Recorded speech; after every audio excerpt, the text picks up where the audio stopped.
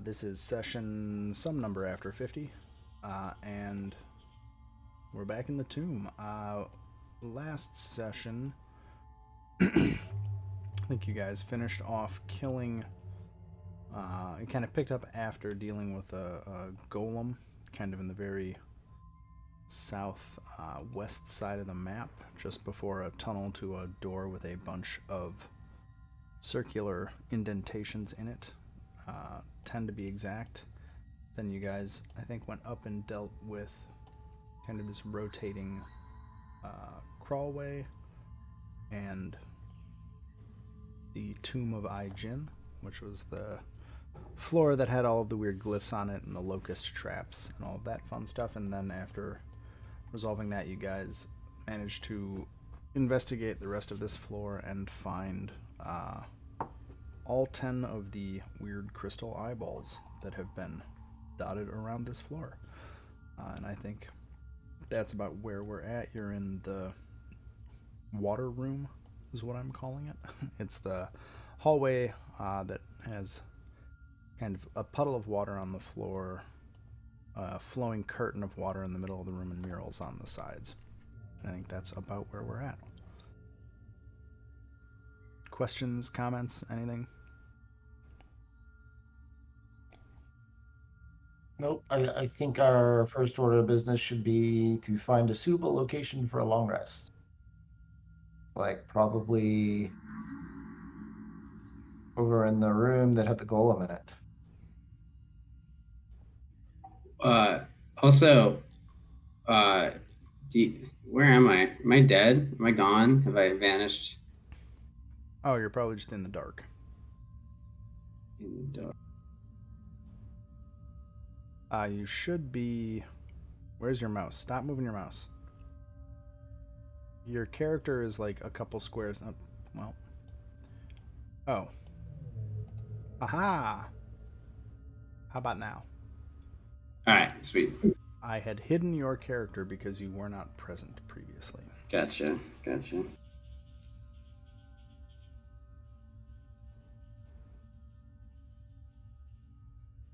Yeah, I imagine long rest sounds good. Well, if you want to do a long rest, then let's find a place first. What would be what's a good enclosed space, though?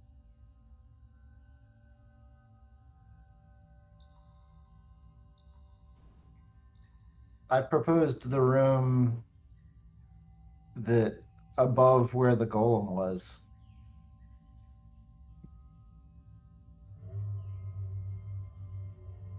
Where is it? Where I'm pinging on the map. Kind of southwest. Over corner. there.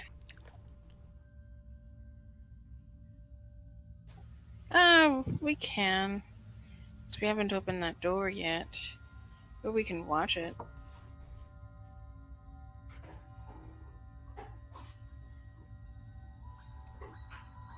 Sounds good.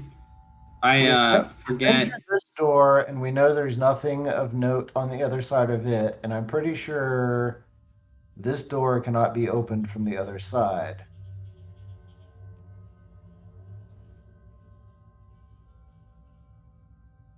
I don't remember if we tried that door yet. This is the door that has the 10 sockets. Oh, yeah. The eyeball things. Okay. And we're still missing one, right? Nope, we have it. We found it right here. Okay.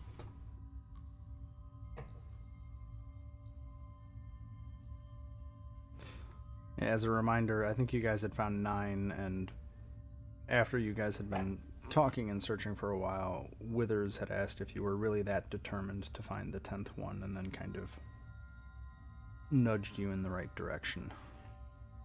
Yep. So we have all 10, is what you're saying? Yes. You have 10 crystal eyeballs of different colors.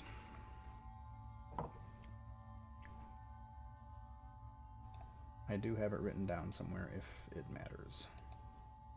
Okay. I will go look for our guide and our serpent friends. Let them know where we're going to be. Sure, I think. Let's see. I can't remember. Is the rope bridge still in place? I don't know. I think that we left it there because I don't remember taking mine back. Because we crossed it once, we picked it up, we went back the way we came, and I don't think that we picked it up again. Okay.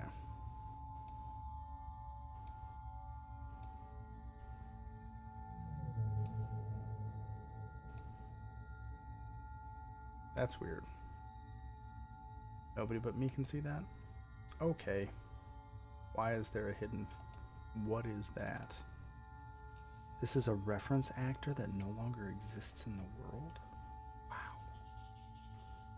But it does exist in the world. Bye-bye. So... Teddy, are you trying to go through that tunnel there? I was just trying to get my character over there. I guess I can go the other way.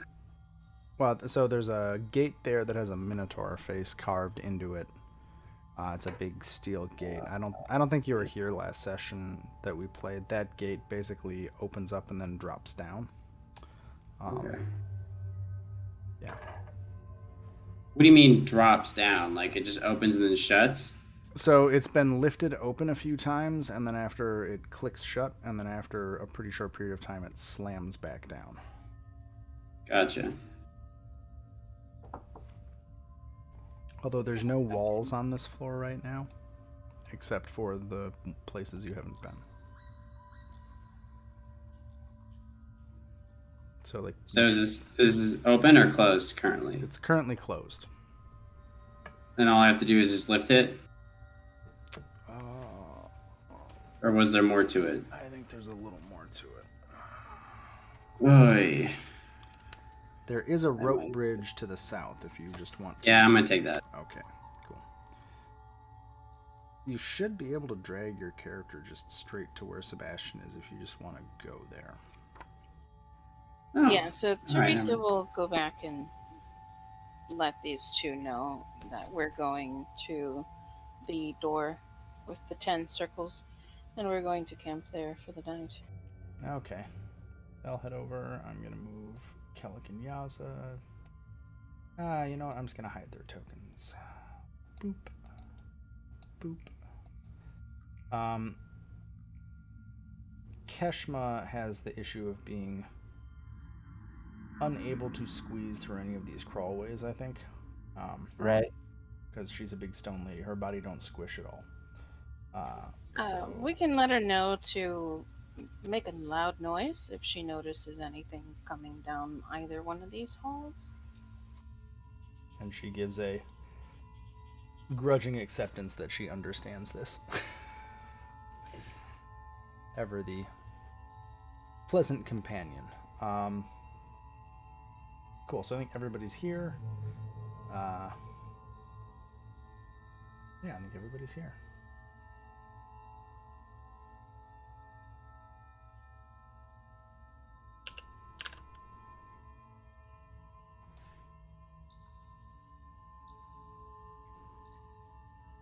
Alright, so I will cast my bubble here.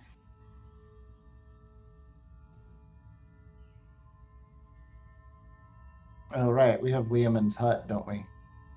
Yes, we do.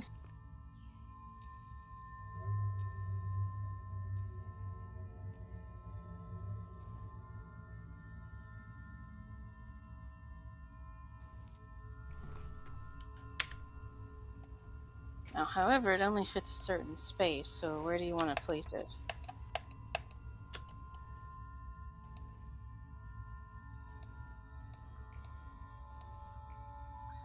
Like 10-foot radius is pretty big.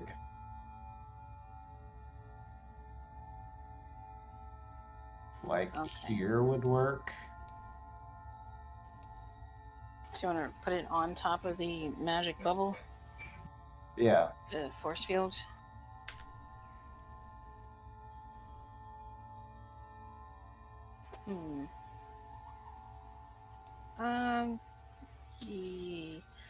I'll just put it off center just in case. Like somewhere around here. Okay. Alright, I could probably get rid of all of these squiggly bits.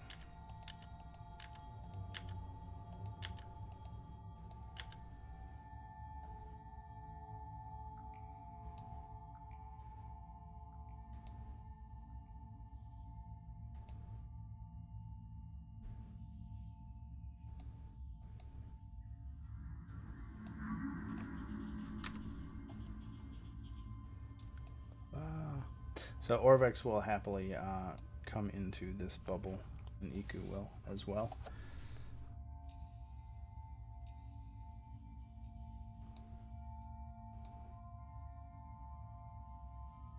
Are you sleeping in the bubble, Teddy?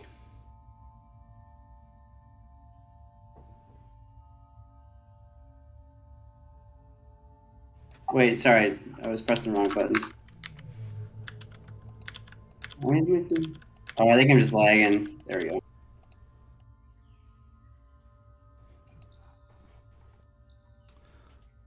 Okay. So are you all taking a long rest? Yes. Yes. So you're all able to go to sleep, but when you wake up, or trance, I guess, Sebastian, you sleep for like 1 hour, right? I think half elves sleep normally, but are still resistant to magical sleep effects. Cool. Yes. Okay. I was trying to. Doesn't matter. So you're all able to sleep, but you all have very fitful sleep. You have kind of flashbacks to that weird dream that you all seem to have shared out in the jungle, where you entered that weird space. It wasn't quite as intense or the same, but you definitely, each of you, when you wake up, you have images of kind of a similar space and similar things happening. So it was, you gained the benefits of the long rest, but it was a very disturbing kind of semi-nightmarish sleep that you had. And then you wake up, and you are here.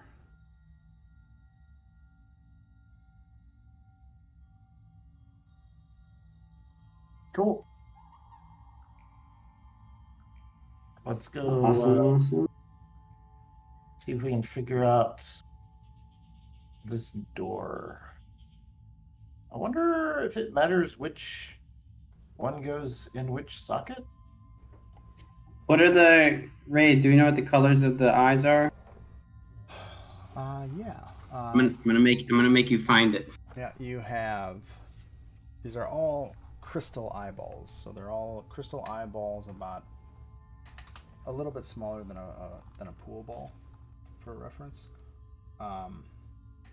They are purple, green, red, orange, dark blue, purple, white, scarlet, pink, and chartreuse.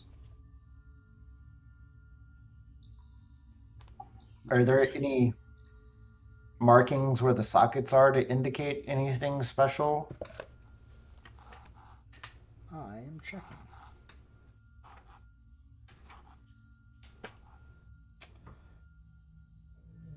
Yeah, so there's 10 circular. So the corridor ends in a large door. So the door you're staring at, it's a large door with a round mirror set into its surface. There are 10 circular indentations, each about an inch across, surrounding the mirror. They all look identical. All right. I'll pull out one of the eyes and like hold it close, but not put it all the way into all of, like going around all the sockets to see if it has like any kind of pull towards any of them. No. Okay. We'll just put it in a random socket. So as you click the crystal eye into the socket, the the eye actually begins to... The crystal is almost illuminated from behind and gives off a faint light.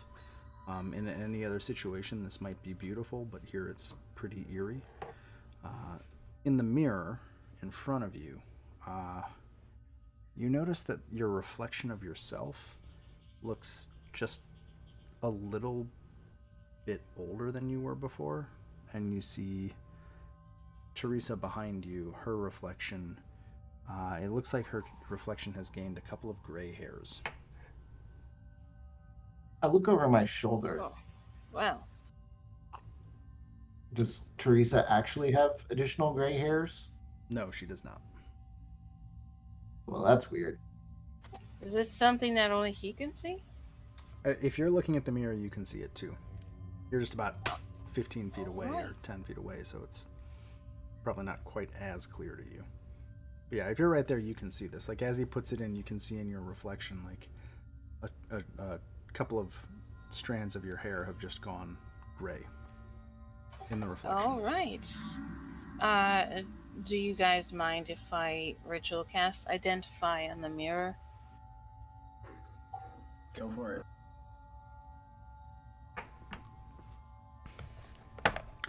There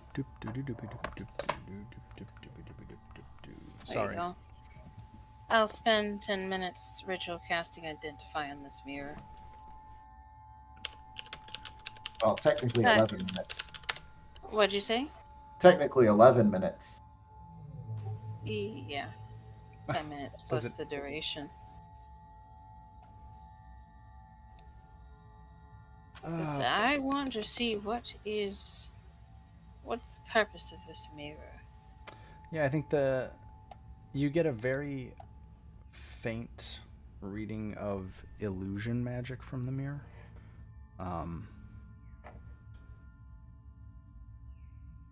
Yeah, it tells you you learn its properties and how to use them. So the mirror, basically, you're getting a faint aura of illusion magic.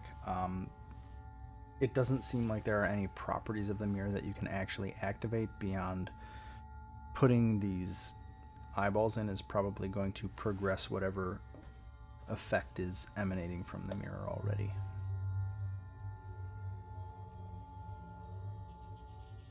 Well then, this mirror, there isn't much else to it except to hurry up and put those stones in it so we can proceed.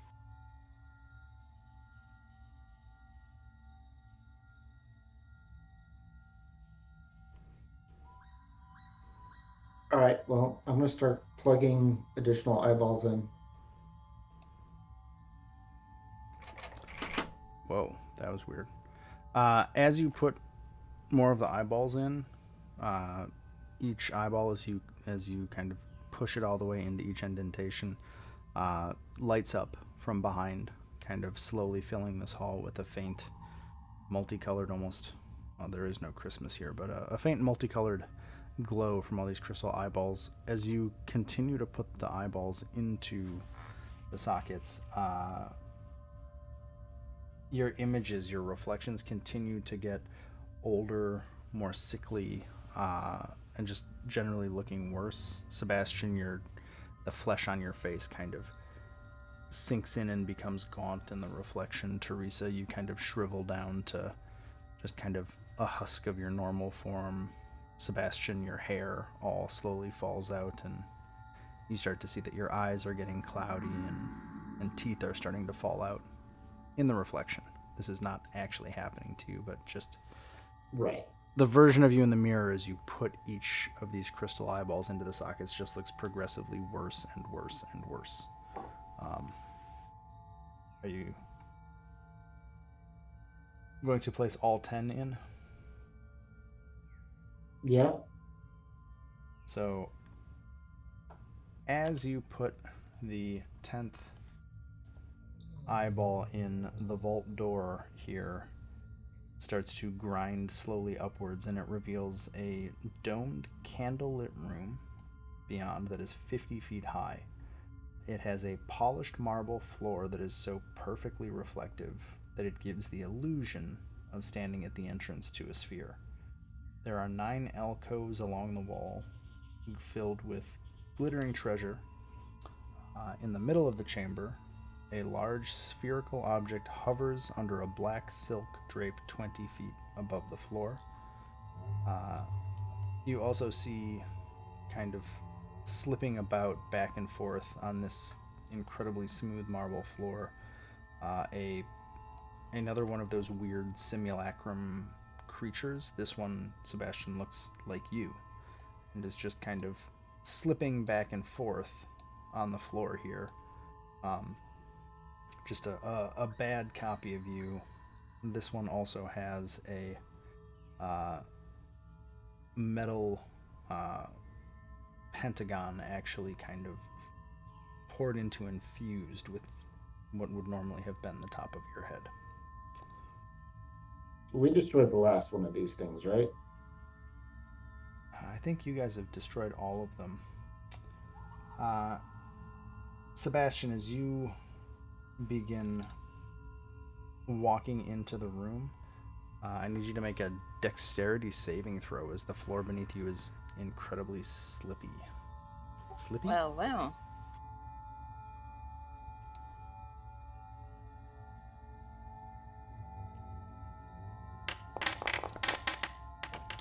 Yeah, that's probably it. Yeah. That will not do it.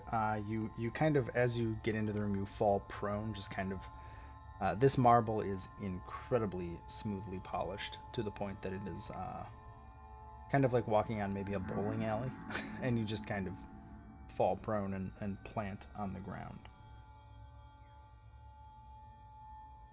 It's a bit slick over here. We're gonna turn this shit into a skating rink.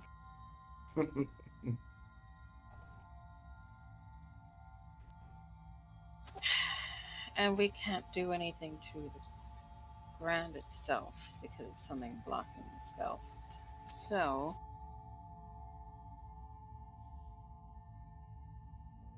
And Sebastian, as you face plant, all of you hear a voice inside of your heads. Be careful, the floor is quite slippery. Yes, I noticed. yes, thank you for the advance warning. I get such infrequent visitors that it slipped my mind. Ah. And I will stand back up. Well then, shall we create another rope bridge to the other side?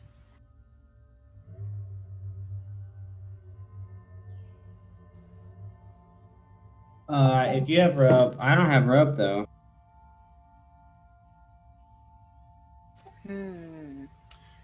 Do I want to assume that we collected the rope again?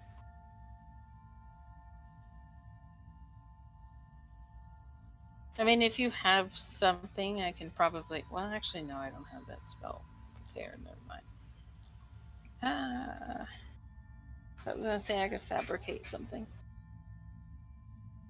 Can I use the boot tips from my climber's kit to walk a bit more steadily on this surface?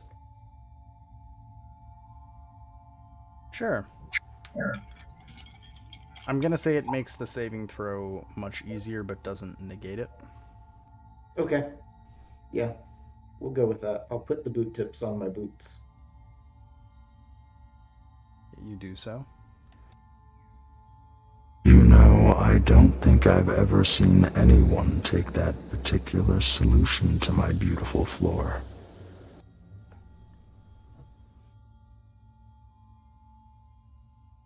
Are we putting little scratch marks in the floor by doing this? Perhaps, but I'd wager that there are less severe than my armor scraping across the floor. Yeah, Well, I did pick up a Dungeoneer's pack from the corpse of the Dragonborn. And that does have titans and a hammer to hammer them in. Oh, and it does have some rope. So if you want to try that, just slowly nail the pythons into the ground. I mean, if you can. Wait, sorry, Teresa. Can you repeat that last bit? I missed that. Sure. So I picked up a Dungeoneer's pack from the Dragonborn corpse. It has pythons in it, or pitons, or however you pronounce it. So we could use this hammer to nail the pitons into the ground and use that as leverage to make our way across. I'm down to try that. Also, just out of curiosity, so Ray, this floor is made out of marble, and the thing we're trying to reach is like right in the center. I'm I not can't sure. type. I'm not sure what you're trying to reach, but so just to give the I guess I rules, can't really see what's in the room, so I don't know what's going on totally. So the room is basically a large circle. It has it's a half dome, and the floor is polished so smooth that it looks like a completely spherical space. There's alcoves all around the side filled with a fairly substantial amount of basically gold statues, golden masks. There looks like there's Sebastian. You can see that there's a octopus-shaped crown in one. There's some potions, some trinkets. Looks like there's a bronze shield in one of the alcoves.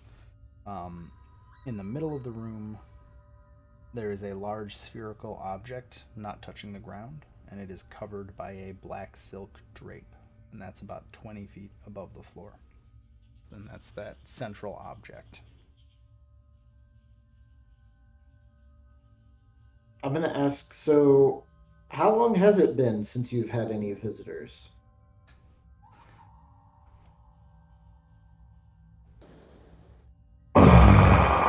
Let's see, I don't think that Belchors has entertained a visitor for at least 3 or 4 months. I don't know, I don't get out much. And what became of your last visitors?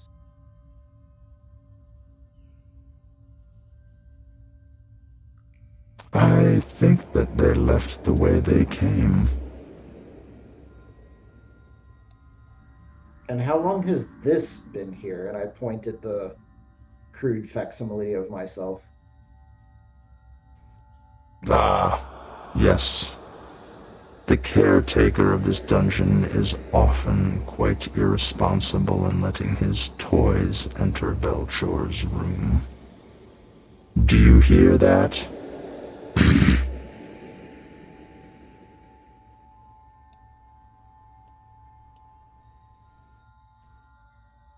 Oh. You did ask Belchors how long it had been here. I don't know. Days, maybe weeks, after the last visitors. I hope you will not be too offended if I remove it. By all means, any servant of Belchors is welcome to take out the trash. I'm going to attack it with intent to destroy it. Cool. Go ahead and make an attack.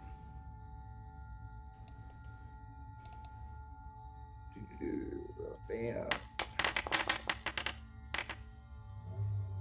Well, that'll certainly hit. So you hit it.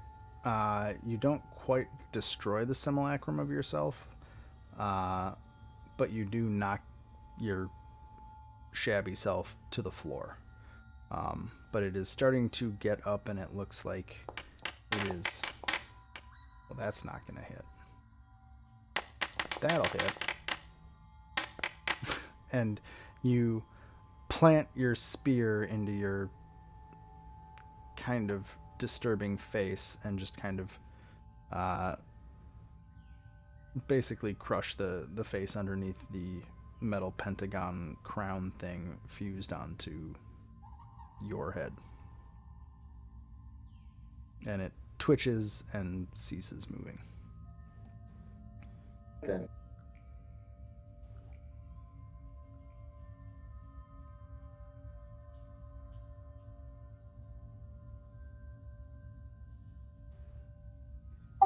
Hmm. so sorry, what did this guy say his name was? It has referred to a being called Belchors a few times. Or it has said what you would assume is the name Belchors a few times. Right.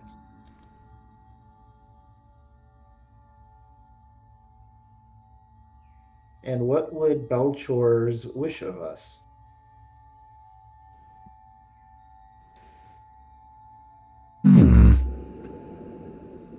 Belchors hasn't been asked a question like that in some time. I suppose you could get rid of that silly puppet that they made of you. I will pick it up and attempt to toss it out through the door and not actually hit anybody. So Teresa Sebastian is about to throw a creepy-looking clone of himself at you. Because you're kind of in the doorway. Should I assume that you just kind of make way for him to toss it? Yeah, she's gonna back up.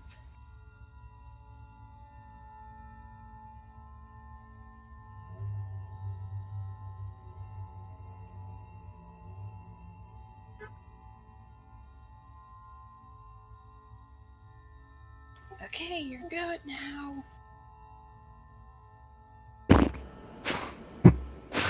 You manage to kind of awkwardly brace and toss that creature out of the room. You're still using your voice mod. Oh shit. Sorry. I'm reading That descriptions. Belchors likes to narrate adventures. God damn it. I need a hotkey for that. Anyway, because I can't hear it when I do it, otherwise I go insane. Sorry, you tossed that skeleton out of, or not the skeleton, but the simulacrum of yourself. You toss it out of the room after kind of bracing and doing it with your climbing crampon. Oh my god. Sorry. With your crampons on your feet, kind of bracing against the wall. You toss it out. I'm going to stop trying to describe this because I'm just going to get worse and more circular. Fair enough.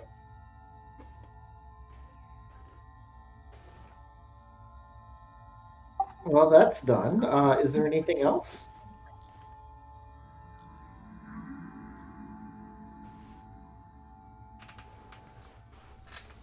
Are you asking the room that? Yeah, I'm asking the voice. Okay. Belgor.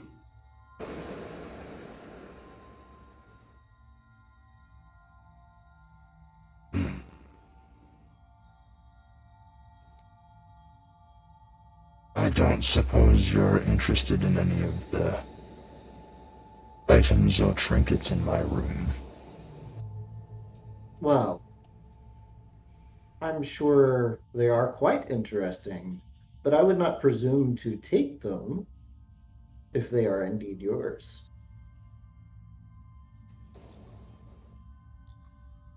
Did you hear that? Oh, Trinkets, you say? Go ahead. Sorry. No, she's just saying items and trinkets, you say?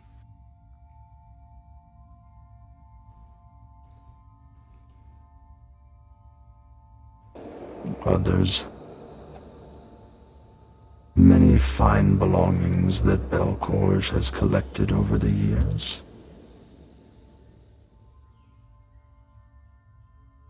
Well, their owners surely don't need them anymore.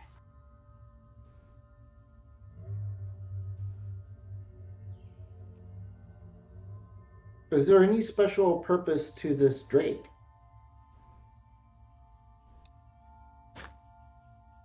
It covers a most curious contraption. I am not equipped to remove it myself, so even I am not certain what it does.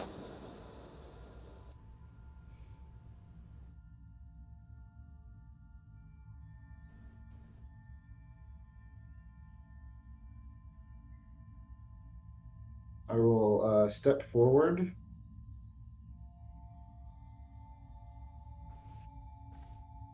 and attempt to lift the drape.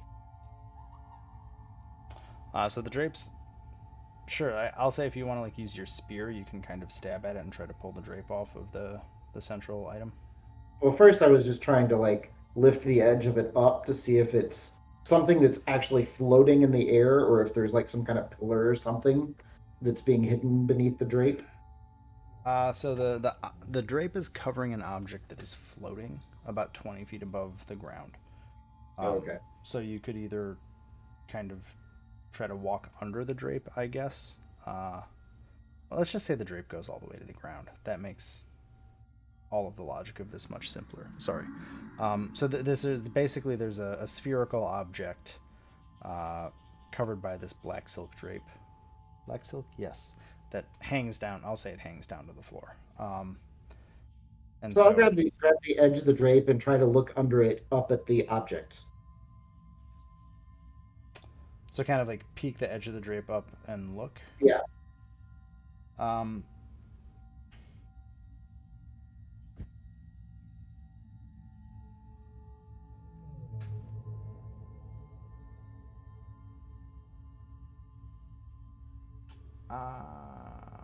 Do you wear a helmet? Yes.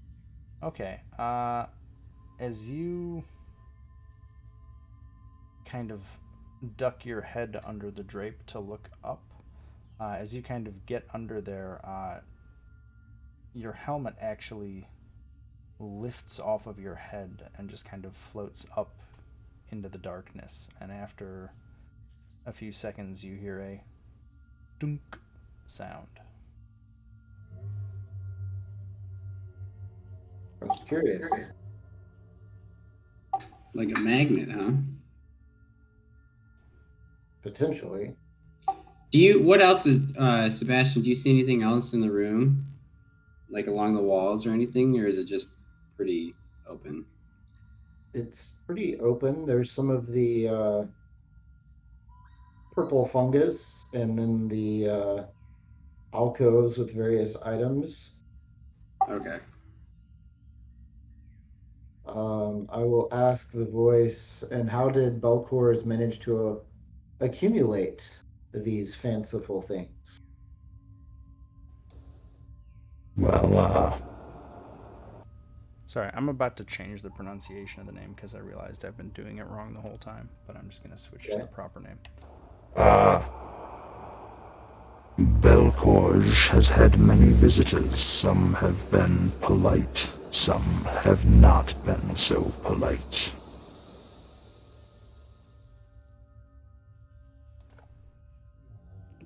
Seems like Belcour's got problems. I'm afraid I am from a far distant land. I would hate to give offense out of ignorance. What sort of behavior would you consider polite?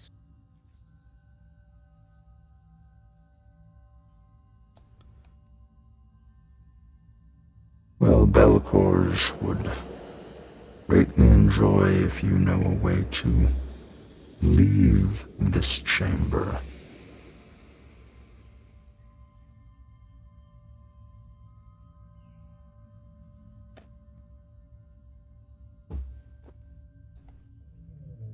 And where in this chamber is Belcours?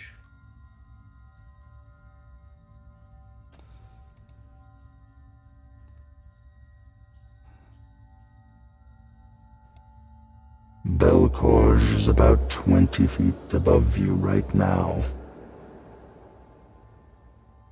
underneath the drape?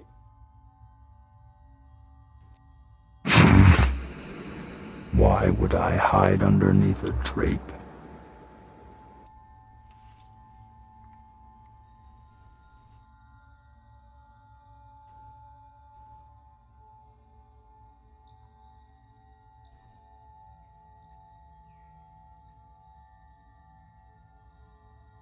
And after that kind of snort, you ever so gently feel something rather firmly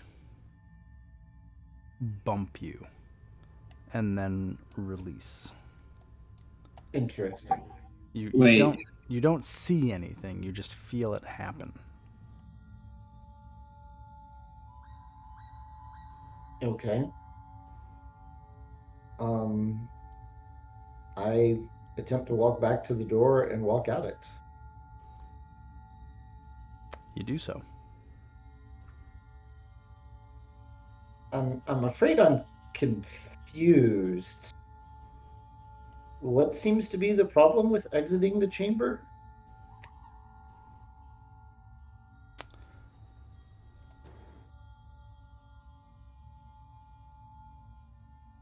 Belchors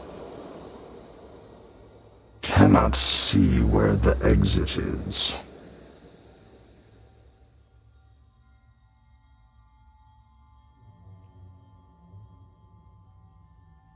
Can you hear the direction of my voice? Belchors can see you just fine. But you cannot see the exit that I just walked through? You mean the wall behind you? And I step back and forth through the doorway. There is an opening here. You know, lying is considered quite rude.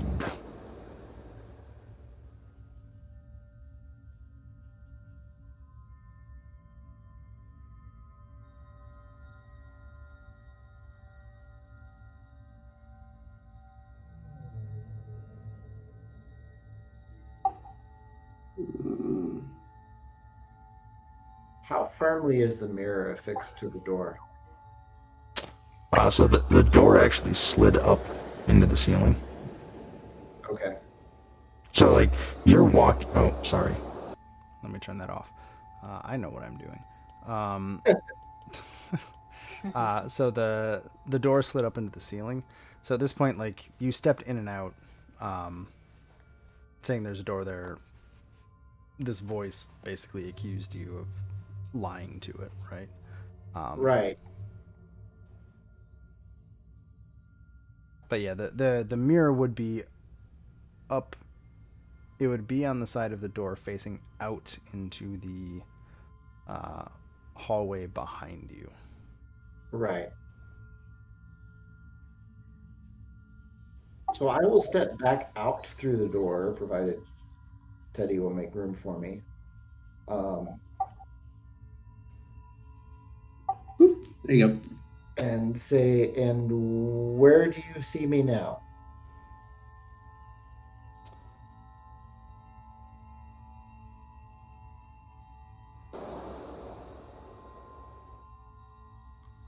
Belchors hears you, but cannot see you. This is quite unbecoming trickery.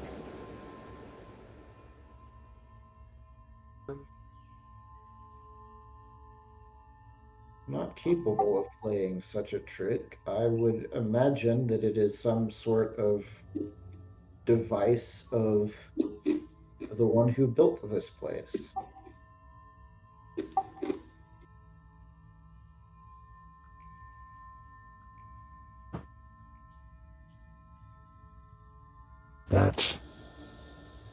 That could be true.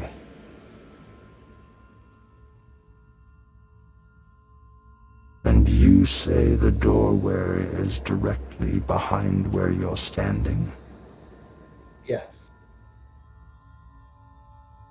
It is where I walked through when you say I disappeared.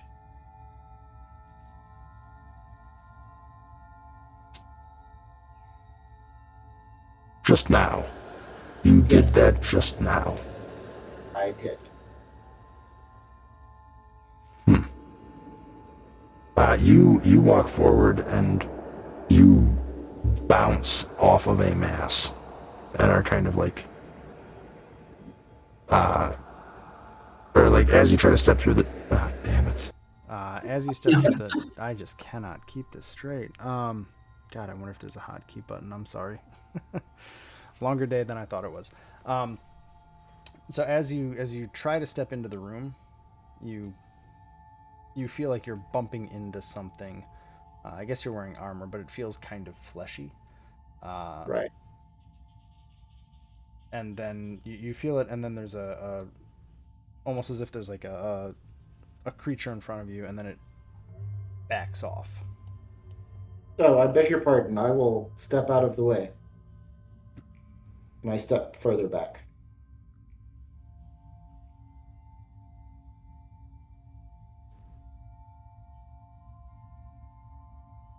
All right, then I suppose I will follow suit.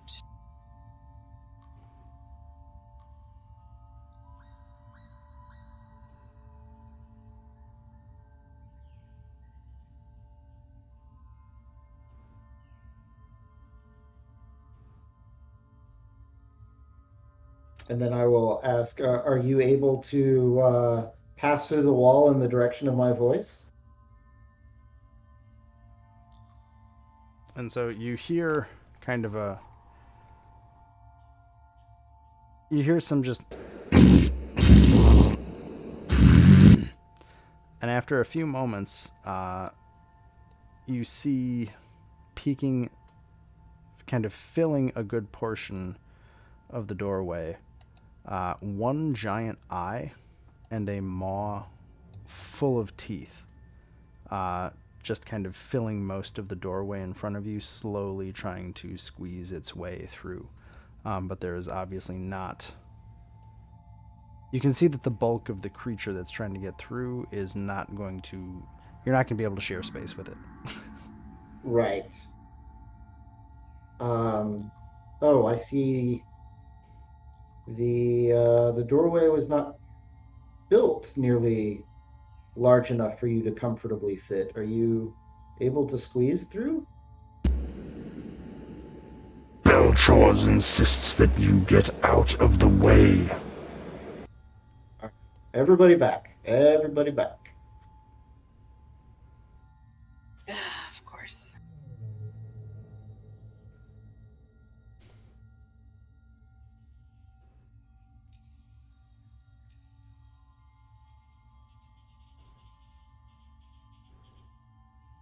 And as you guys clear out, kind of after a very awkward few minutes of this large, fleshy, floating creature coming out, popping out of the hallway is this floating orb, just a little bit more than 10 feet across, with a single central cyclopean eye. Like I said, a gaping maw of teeth and 10 tentacled arms protruding off of it with eyeballs on the end of each arm. And it kind of pokes its way out into this room and is looking around very suspiciously at all of you. Arcana check to determine what the fuck is that. You would recognize this, Teresa, as a beholder. Oh shit. An aberration. Beholders are known for usually some combination of intelligence, insanity, and having laser beams that shoot out of their eyeballs. Yeah. And it's just kind of eyeing all of you very warily, as it is noticing that all of you can see it now. And Well, it appears that pesky illusion doesn't work outside of that hole they shoved me in. Indeed, it does not. you The know, beholder. That is very interesting developments. What is a beholder doing in a tomb? I found Belchor's found itself trapped here due to machinations Belchor's does not completely understand, but the first hurdle has been passed.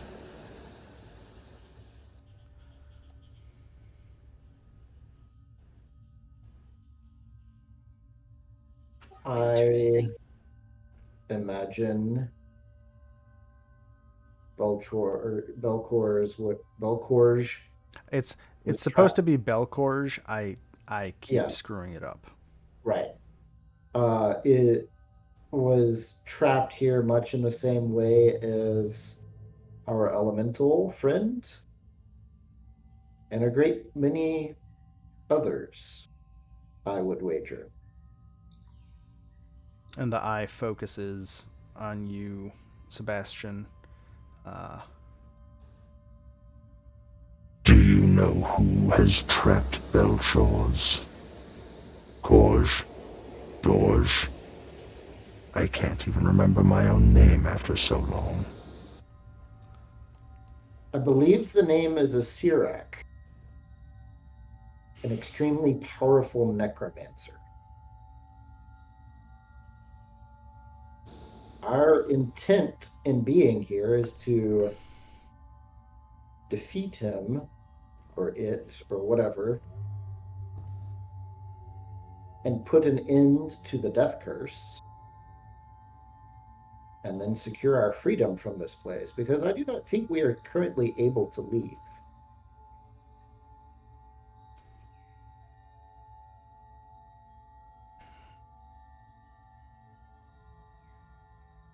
Well, Belcorge has had no problem disposing of impediments before.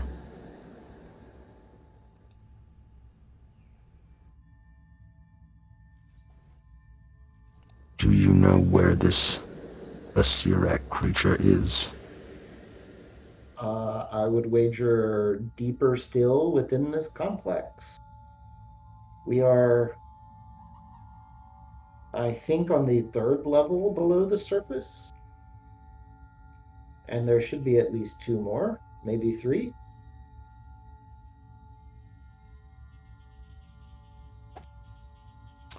And there are even narrower passageways that must be traversed in order to get to the only ways up and down of which I am aware.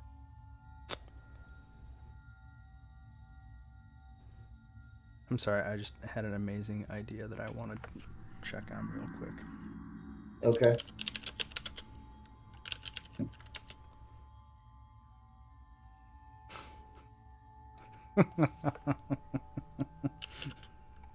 Oh, I don't think this is at all what was intended, but I love this.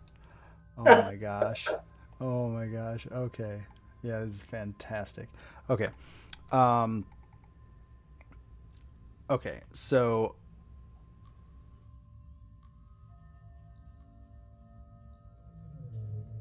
If one of you returns into the chamber that held me, there should be a potion in one of the alcoves.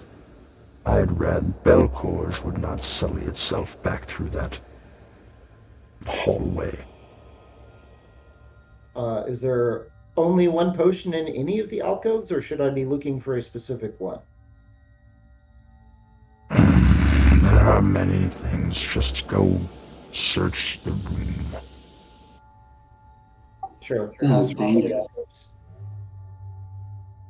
and so you leave Belcorge with two zombies, Iku, who looks just baffled at what is happening right now, and Orvex, who is furiously scribbling notes in his notebook. Orvex has backed into the drum room, just to kind of stay away. So as you search the alcoves, there's a lot of stuff in this room. Each alcove basically has tons of stuff in it. If you are, so Sebastian, you're looking for the potion. Yes. So you eventually find kind of a bottle that is full of a very obviously Yes, there's like one bottle that's obviously a potion, and you're able to find it. Okay. Are the rest of you looking at all of the alcoves? Yeah. So there are piles of copper coins, silver coins, gold coins, kind of strewn all about. There are statues, painted gold masks. There's as I said, a golden coronet shaped like an octopus in one of the alcoves, and there's a variety of other trinkets and a bronze shield that is shaped like a screaming devil's face. Wait, can you repeat some of that? Bronze shield, masks. Yeah, are you trying to like take inventory? Just a little bit. I mean, is any of it worth it? Like, are you saying everything in here appears to be very valuable? Like, this is a collection of curios and curiosities that you, at this point, kind of assume have come from adventurers past who did not leave Belcorge's room here. Okay.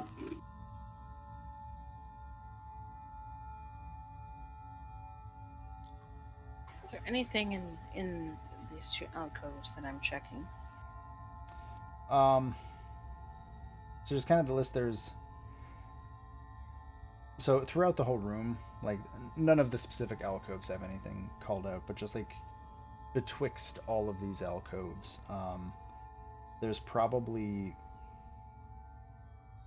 tens of thousands of copper coins, thousands of silver pieces, probably a few thousand gold pieces.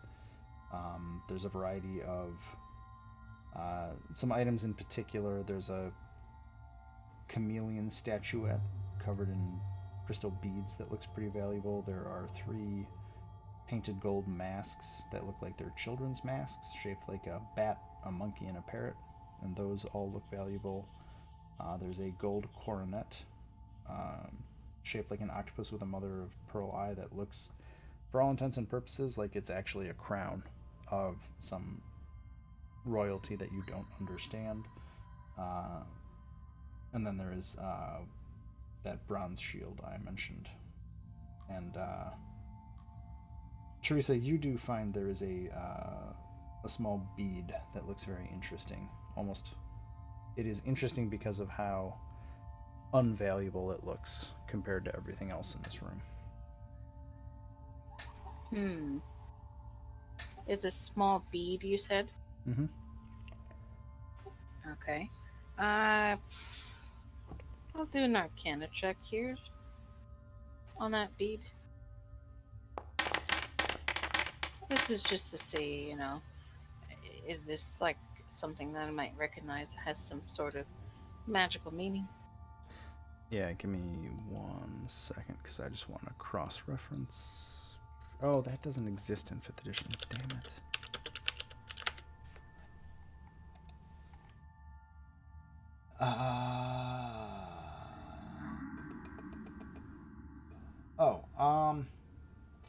Yeah, it looks to you like it vaguely looks like a bead of force.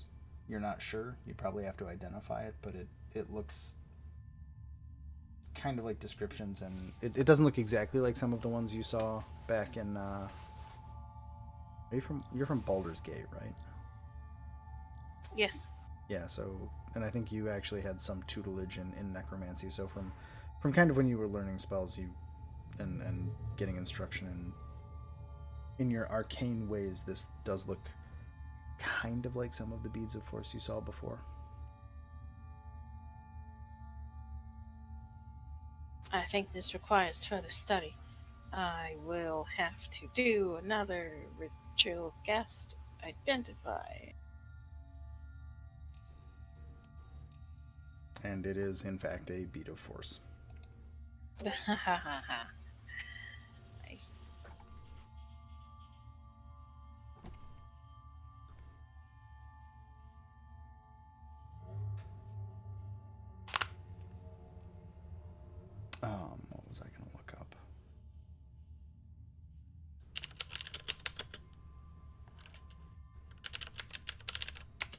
So Sebastian, you grab that potion. Yes, I will grab the potion and bring it back to Belcorge. Belcorge would request that you pour that potion in Belcorge's mouth, and the beholder just kind of... The beholder just tips its head back and opens its hideous maw, just kind of looking at you with its one eyeball expectantly. I will remove the stopper and pour the potion down the mouth. As you do so... Well, I think we just lost... Hey. Sorry, my internet took a shit. As you pour the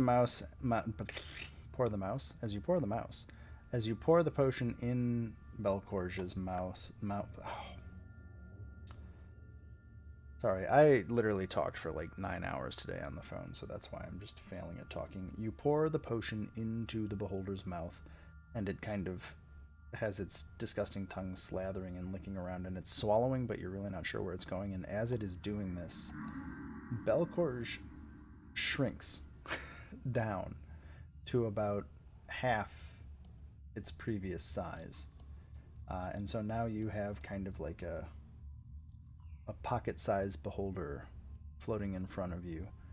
And as the change kind of finishes off, it smacks its lips and goes, Belcorge should be able to fit through any of your tiny, human-sized passageways now. Indeed.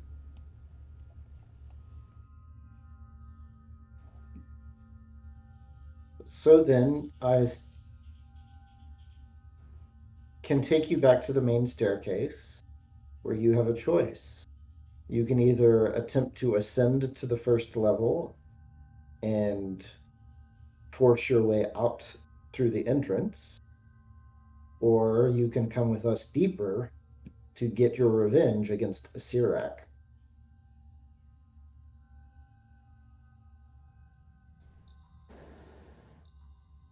Belcorge assumes that since you are descending deeper, you cannot flee, can you? As far as I am aware, I cannot flee. But that even if I were able to, I would not do so.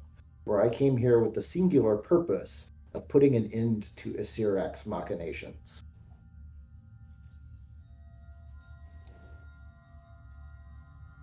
Belcorge is always amazed at the single-minded devotion that you mortals have. Perhaps Belcorge shall see how successfully you complete your goal. and as you start walking, you hear a different, familiar voice. Belcorge, we've talked about this. It should be much more comfortable for you if you return to your room.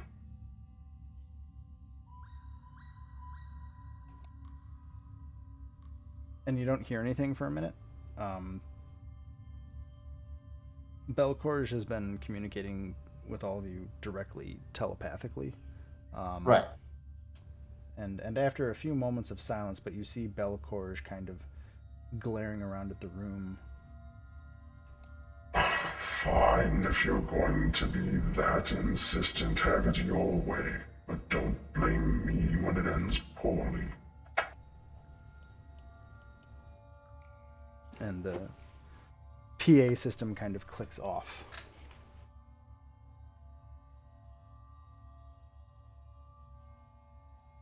And then I will call out back towards the big circular chamber. Are we ready to proceed then?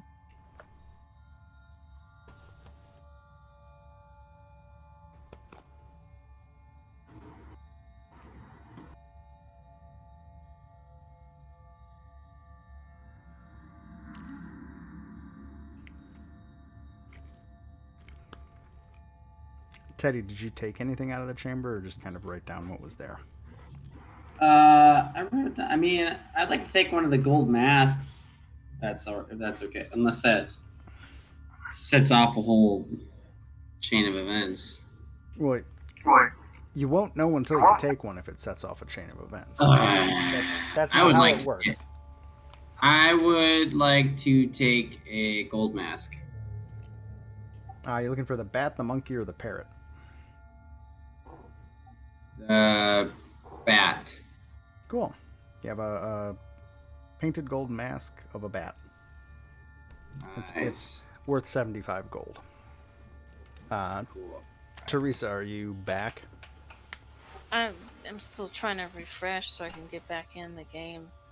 Foundry is just taking a long time. Let me just close and try again. Cause I got disconnected.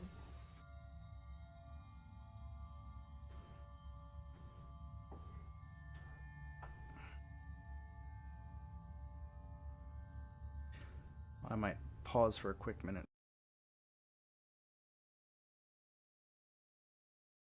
The objective here is to put together, assemble as large of a band of entities as I can, willing to fight a Sirak to go fight Sirak.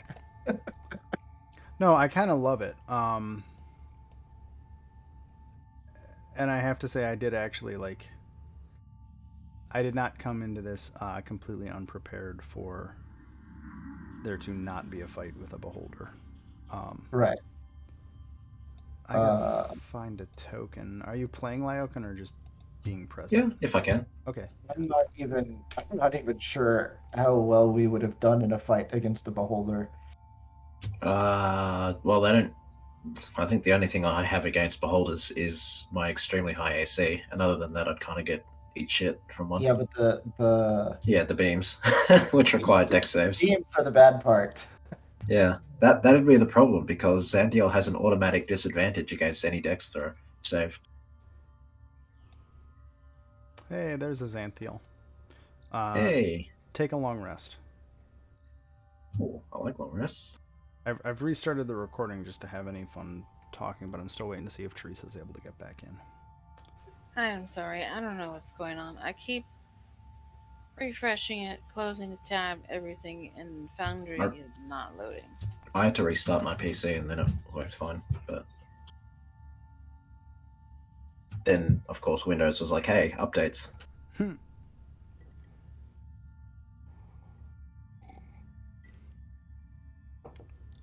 And Sebastian, my chortling, was realizing that there was legitimately a potion that makes a potion of reduce.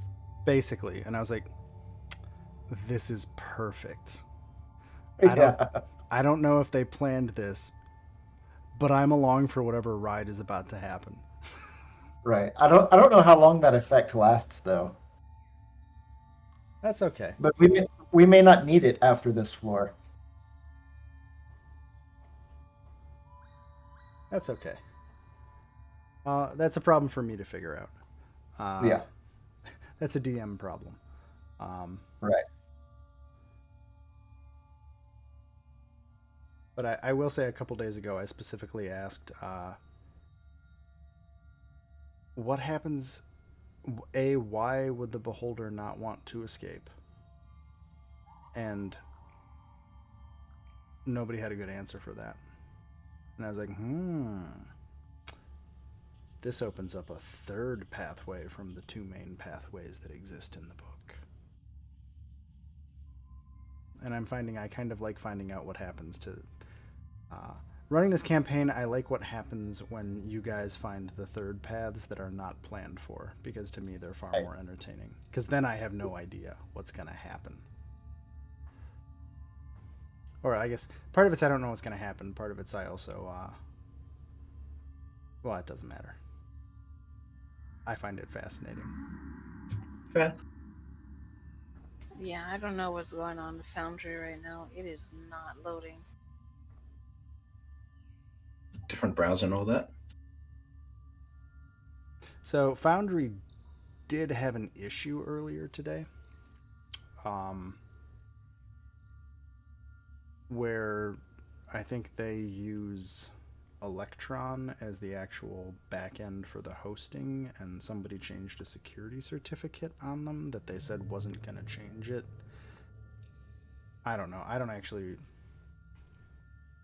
know enough about how that shit works, but basically it was broken for a few hours and then they fixed it. But I don't know if there's some weird thing that might be going on there. Or I'll just blame ISPs. I feel like blaming ISPs is actually probably far more likely. That's what I do. Yeah. Ah, there it is. Finally. Slowly but surely. I'm gonna go with ISPs. Okay. Cool. So I think if you're back in, you had picked up that beat of power. Yes. Are you interested? So let me do a real quick recap here, Xanthiel. Everybody came in, just so you know, they met this Beholder. I guess you were probably there to overhear this. I don't know. Sebastian, do you want to recap, or does somebody else want to recap kind of what happened? So, I went and started putting the crystal eyeballs into the sockets, and this Of the door to of the door to the big circular chamber. And as I was putting them in, our reflections in the mirror on the door started aging, extremely so. But since we were feeling no ill effects and Teresa detected illusion auras on the mirror, I decided to ignore it, and I put all the eyeballs in, and the door slid up.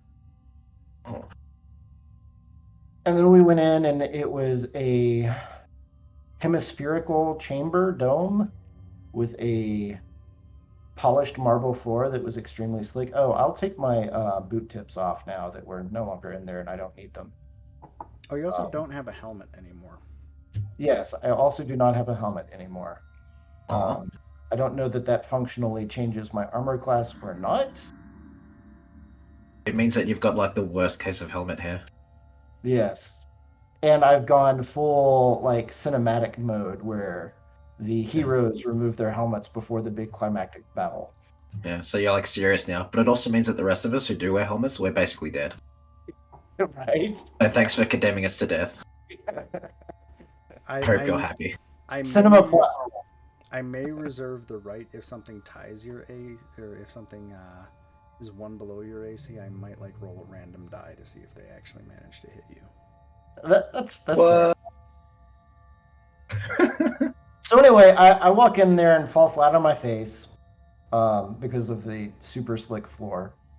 And we have a conversation like telepathically. Well, I'm speaking out loud, but Belcorge was speaking telepathically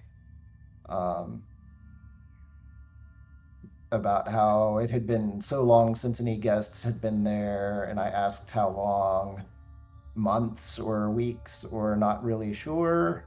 And there was one of those simulacrum things that was in my appearance, and I destroyed it and removed it from the chamber, which seemed to please Belcorge.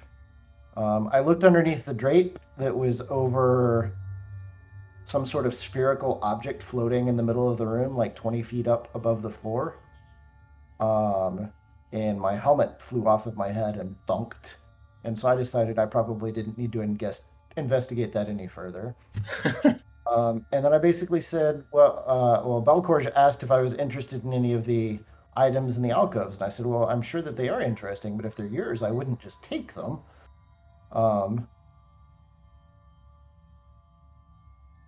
So polite. Right. It's like that guy whose door you knocked on and he told you to go away. It's like, oh, I guess we're yours then. See ya. You're like a vampire. You can't go in anywhere if you're not invited. And then I asked Belcorge what Belcorge would wish of us. And Belcorge said, well, that's a really interesting question. I had never thought about it before. Belcorge asked us to remove the simulacrum thing, so I threw it out the door. And then I asked if there was anything else. And somehow we got to Belcorge saying, well, it would be really nice of you to help me leave this chamber. And I said, well, there's a door right here. He says, a door right where? I said, right here. And I walked through the door. And Belcourge accused me of lying, saying that there was only like solid stone there. And I said, no, there's a doorway. And I walked back and forth through it a bunch of times. And then I suggest that perhaps he said I was playing tricks, and I said, well, I'm not capable of that sort of trick. It is perhaps a device of the one who built this place. In which case, Belcourge said, yeah, that kind of makes sense. And so I was like, went out through the door and told Belcourge to follow the sound of my voice, and Belcourge struggled to squeeze through the door and then became visible because was previously invisible, confirming that or revealing that Belcourge was a beholder. And then we got out into this chamber and then talked a little bit more. And I said, oh, by the way, there are even narrower passageways that must be traversed to get much further. And Belcourge suggested I go back into the chamber and find a potion and ring it. And I fed the potion to Belcourge, and Belcourge got reduced to medium size. Nice. And then I said, all right, well, you can attempt to make your way out of this place by going up 2 levels into the south. But as far as I can tell, the entranceway sealed shut behind us. Your other option is to go with us deeper to get your revenge on Asirak, who trapped you here. Yeah, the dude's a dick. So apparently Belcourge is joining our intrepid band of sticking it to the man. Hey, Or I can't remember who. You guys remember that golden skull that was on this floor? yes, it Who was. touched it? Didn't I do that? Did, I think. Did you do that? Like ages ago. Yeah. I'm pretty sure I touched a skull, so I don't remember if it was specifically golden. And it did talk, so Okay, so I asked it a question, it was being difficult, and I was like, oh, okay, shrug, move on. So basically, that thing has been following you guys around, being just annoying. And as Belcourge, this whole thing happens, the skull looks at Belcourge and says, "Ha! Another stupid floating skull." And Belcourge looks at it, and with one of its eye rays, just zaps it, and the skull turns into a pile of ash. And Belcourge. There is only one floating head in this place. And we have Love it. resolved my inability to remember to roleplay the stupid, annoying skull that has no point except to be stupid and annoying. Congratulations. Problem solved. Yeah. Congratulations, it aggroed the beholder. I feel better about Shouldn't have done that. Sorry, it had been bugging me that I couldn't remember that thing existed, and now I have solved the problem because you guys have recruited a beholder that has eye rays. Yay! Yay.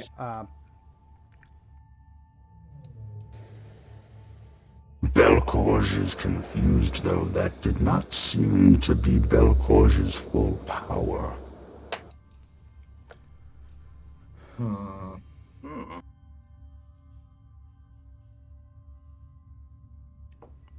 Also, when Belcourge talks, just as a reminder, anytime I use the Belcourge voice, it's telepathically reverberating in your skulls. It is not actually audible.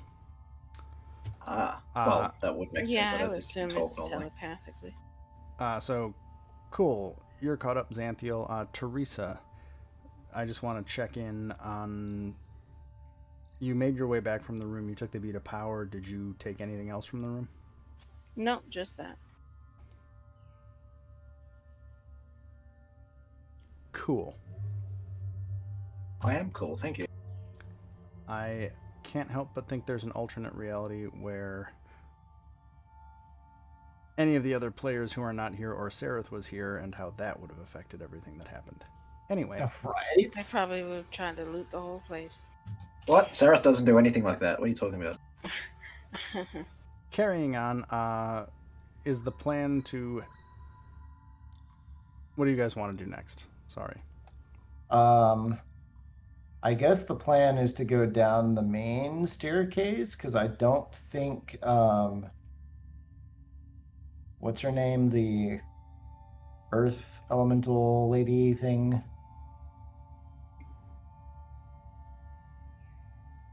can get back to the service stairs.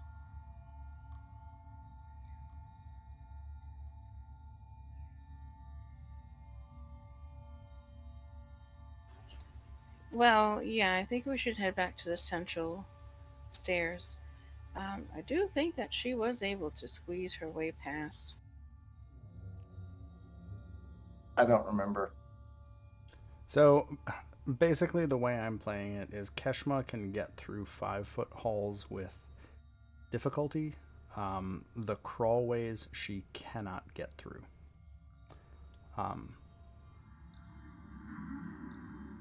Just because I think that makes sense. Okay.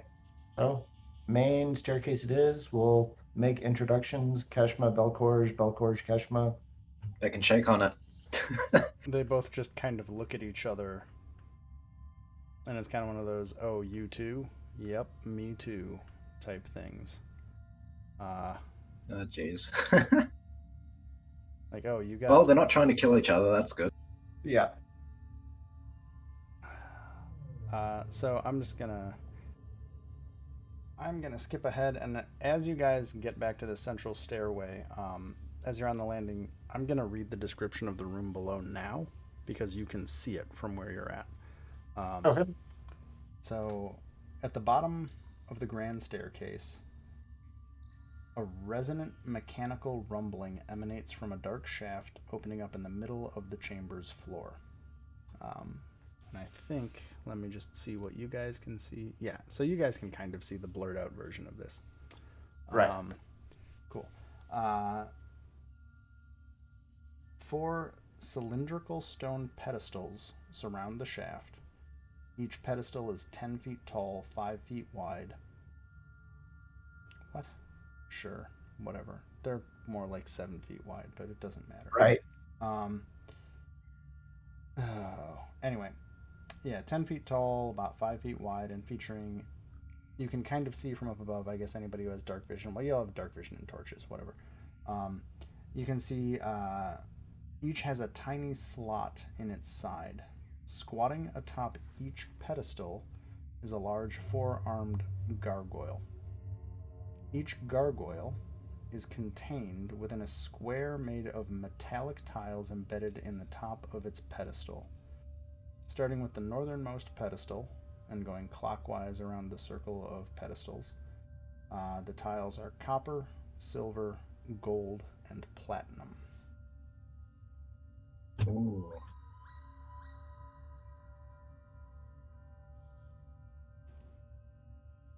Interesting.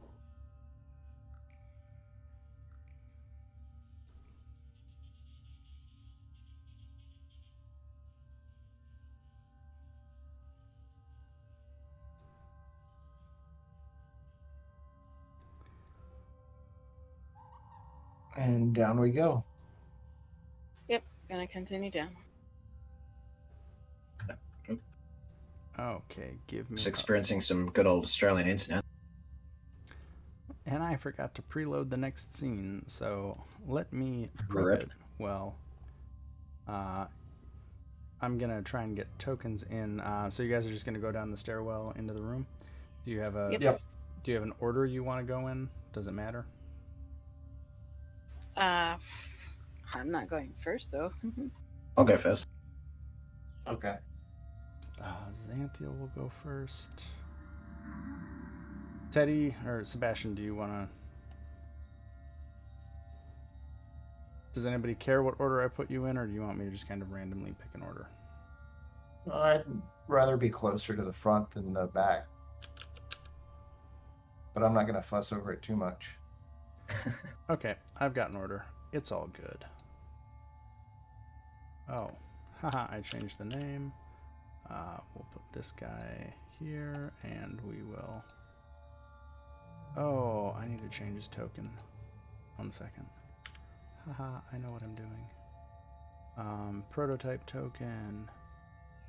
Name, BLCHORZH. Belcorge.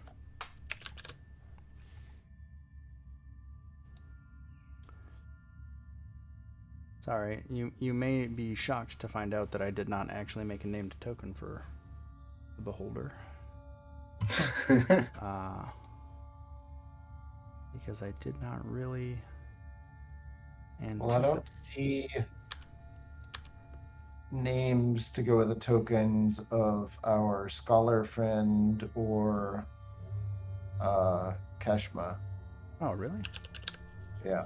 Well, let me fix all of that real quick because that won't take too long. I see what the problem is.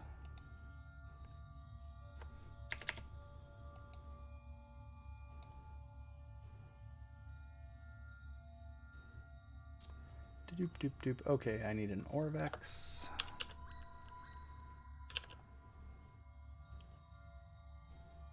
I need an Iku. Sorry, I'm doing this while you can't see because it also makes it so that okay, 1, 2, 3, 4, 5, 6. I think I've got everybody.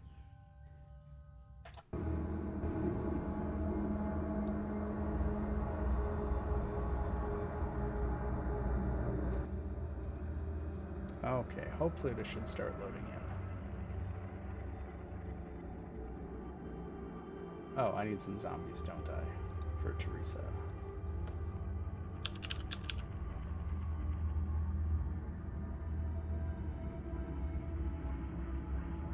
Okay. So So this is the top of the stairways. Well, stairs going to the floor above, right? yeah, so you guys. Oh, sorry. I guess I just kind of threw you all around the place. I don't know. I'll move you back up a little bit. Like I say, there's a level to explore here before we get down there. Yeah. So those gargoyles are at the bottom. That's the pit. The 4 gargoyles on the pedestals. All that fun. As you come down the stairs, there is you can see there's a pathway to the south, to the west, and then down on kind of the lower level of this circular staircase are the gargoyles and a path to the east. Is there a gold plaque anywhere? There are no plaques on this floor.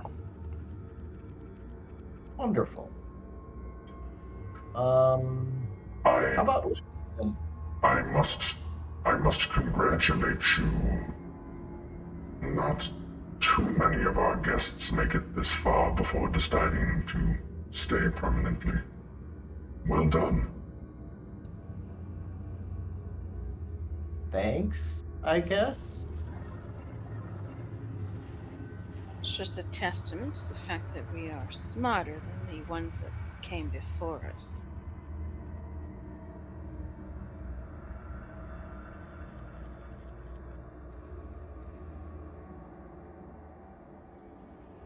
Ah, sorry.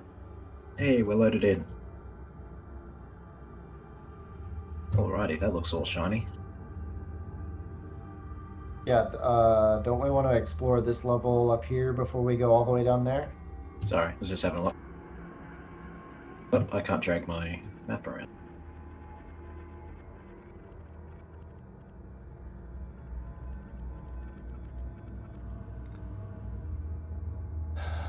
So as you head down that hallway, Sebastian, you see that there is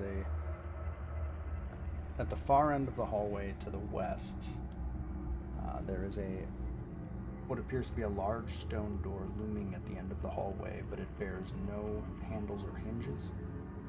Jutting from the wall on either side of the door are 2 matching bronze sculptures.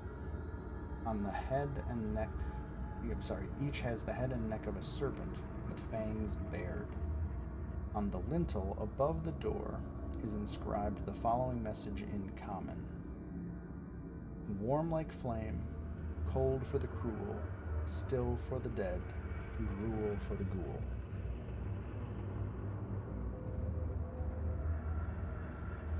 And then there is also a stairway or a hallway leading to a stairway, and you can just see beyond a room beyond that to the north.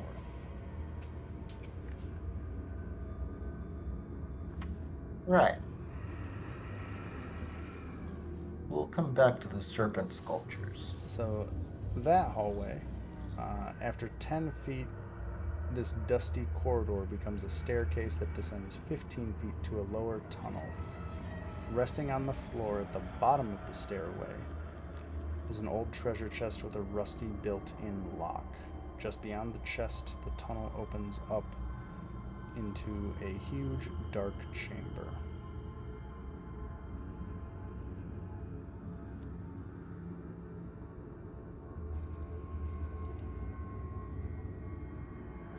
Thank you.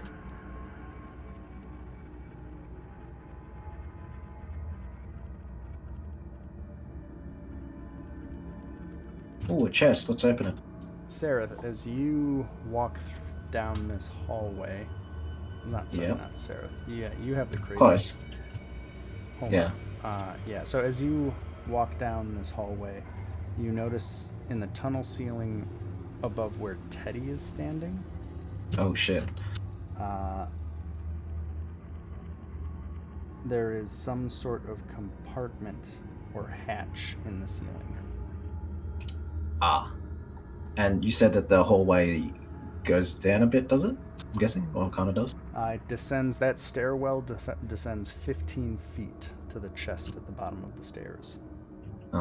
And because there's a hatch right above Theo here, it's probably going to be something that drops out of it, rolls down. I'm guessing.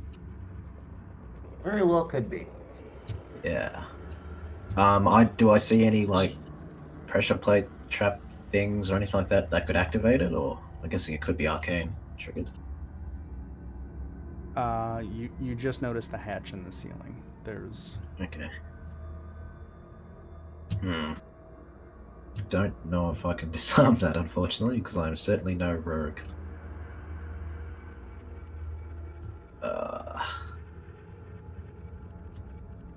What do you guys think? I could try and dispel magic, but that's not going to help if it's not mechanical. If it's not arcane. Right. Well, I mean, we could all step out of the way and I could poke at the hatch with my spear and see if that does anything. Yeah? Do it. Theo, yeah, you're going to want to move back there. It's right above you. I'm ready for whatever drops out. No, I'll move back. I don't know about that. So I will extend my spear and poke at the hatch to see if it moves. I'll stand by to grab Sebastian in case, like, you know, whatever it is, fucking, like, comes out this way too, I guess. This is a shot in the dark. Does anyone have mage hand? Nope. I think that would pretty much just be you. Okay. You're the only arcane person here.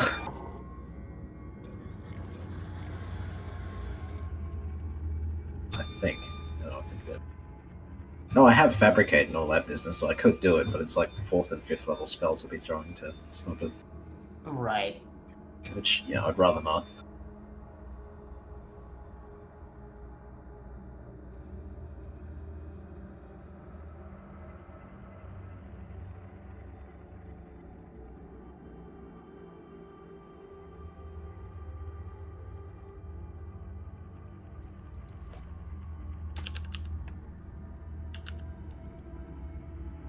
So sorry, was there a decision on the course of action you guys want to take, or Oh, I'm Yeah, poking didn't he want to... my spear.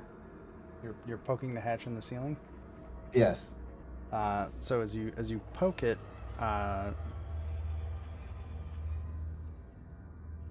as you poke the hatch, there's kind of a. It sounds hollow.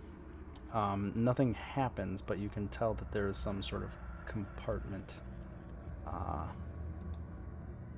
in that space above you, and I'm just going to put a little circle on the map. So there's kind of a circular hatch that is in the ceiling, not the floor. Okay. But as you poke that, you can hear it's hollow, but yeah, it does not activate. Like nothing happens. Sorry. Right. It's kind of like dunk dunk.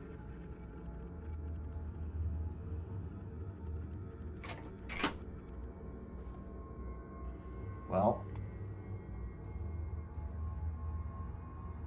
That's unfortunate. Yep.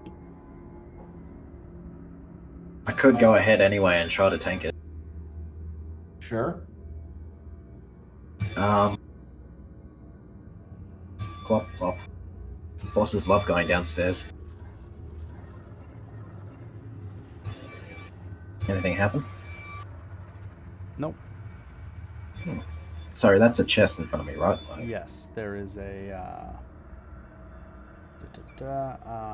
Sorry, I'm just reading stuff.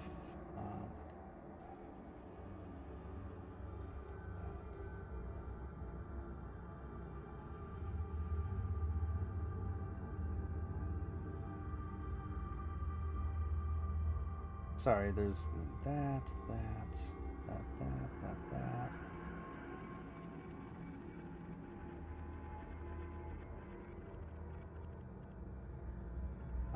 The chest, yeah, it has a rusty built-in lock in it. The chest appears to be a normal wooden chest. but I'm willing to bet that that's probably the trigger. Like you open it, and yeah. Step over it if I can. Yep, give me 1 second. Yeah, because I'm just looking at a room first, and then I'll try to rip the chest out of the ground and like run away from it. Yeah, okay, let me... So you're standing looking into that room. Yep. How far does your sight actually... Okay, yeah, you can see... So... I think I get 20 of like regular bright from my glowing mace, and then like, yeah. So I think it's showing what you should be able to see. Yeah. So you can see from where you're standing, there are 4 marble columns supporting the ceiling of this large room. Your light does not extend to the edges of the room. You can just make out that there are twin staircases ascending up into darkness beyond.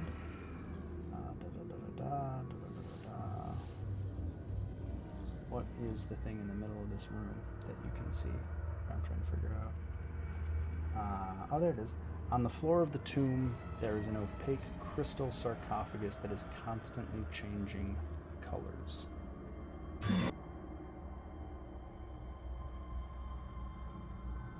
Oh, that's interesting.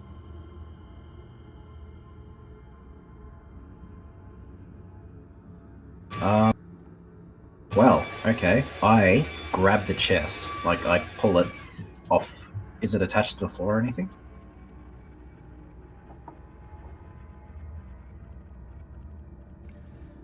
You try to pick up the chest. Well, more like just drag it like out of its position. Sure, if you possible. try to move the chest. How about that? Yeah, because that As- fits in with her perk. Yeah, as you try to move the chest, it seems like it is affixed to the floor in some way. That Really? It Like is- magically? Because she is monstrously strong when she's doing that. Oh, let me look something up. Like about 2,000 pounds.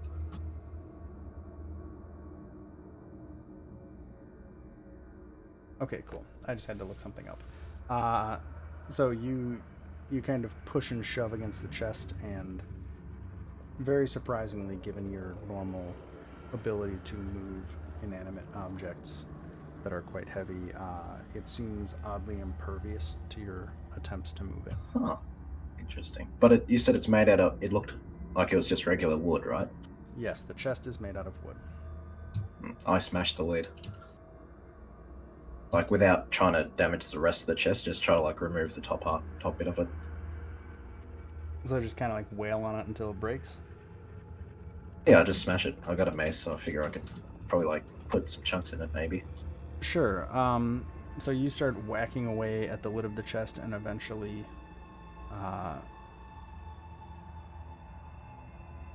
you break up.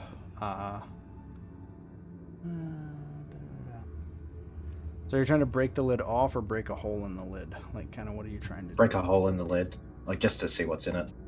Yeah. So I'll say after some some good like 5 minutes of exerted effort of just like wailing away at this hardwood chest, you're finally able to kind of bash a hole into the top. As you look inside, the chest seems to be there's nothing in it from what you can tell besides the splinters of wood. Huh.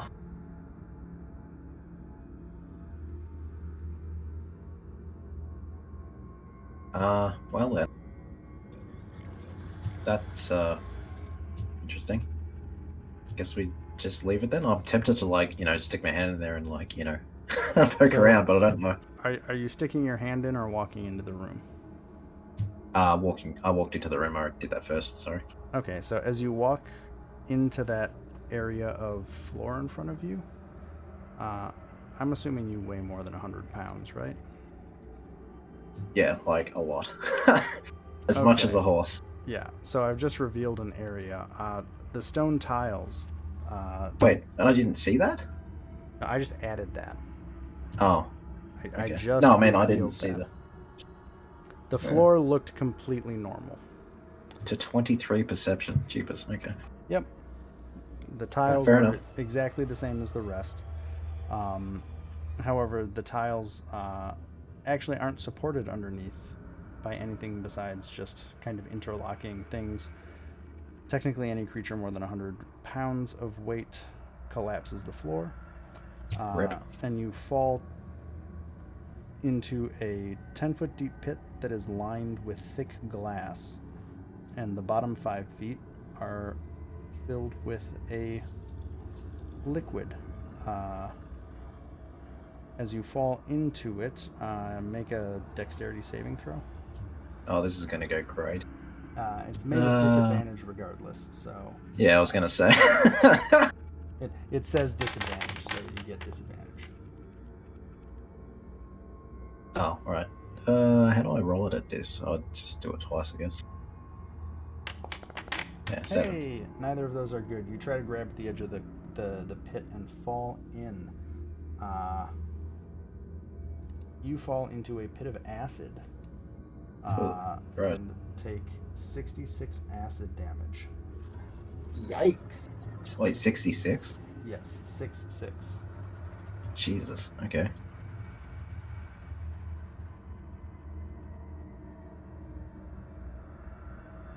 What? Hang on. 66 feet? How did you subtract Fuck. 60? What did you... Oh, I just right-clicked on it, and because I don't have a health bar, so... Interesting. Oh, I can... Yeah, so you are in a 5-foot deep pit of acid that you just fell into. You took 66 damage. I guess Sebastian and Xanthiel, you're right there. What do you guys do? Well, I'm nearly dead, so... I real quick pull my rope, loop it around the chest to brace it, but like I'm just holding like, so basically like I throw the midpoint of the rope around the chest, and then I toss the 2 ends toward Xanthiel and say, "Here, pull yourself up." Yeah, I'll do that. Cool. So Sebastian, you're like trying to help pull up, and Xanthiel, you're trying to get out. Yeah. Yep.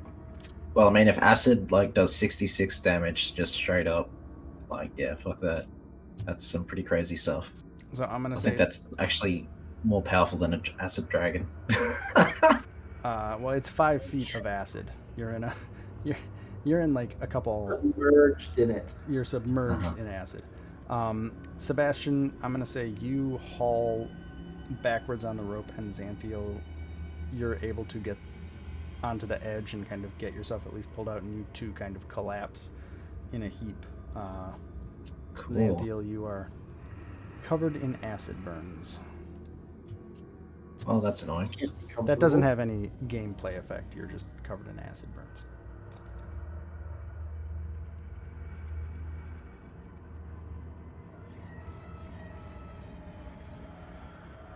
And now you should have...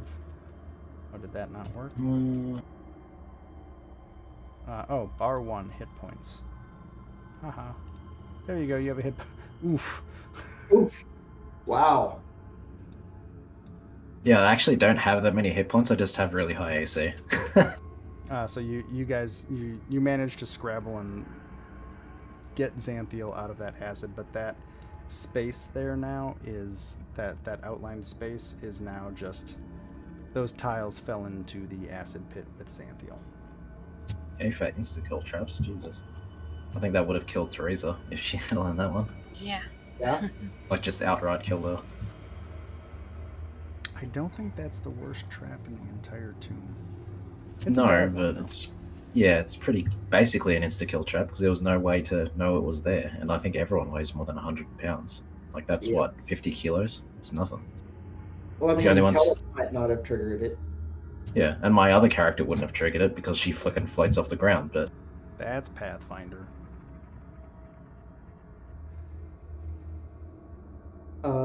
Now you're gonna have to selectively ignore that you know this in Pathfinder. I do. I did it every time, remember? I know. You do a pretty good job of it. You do a pretty good job of it. I have to say that, yes, you're pretty good at compartmentalizing. Yeah.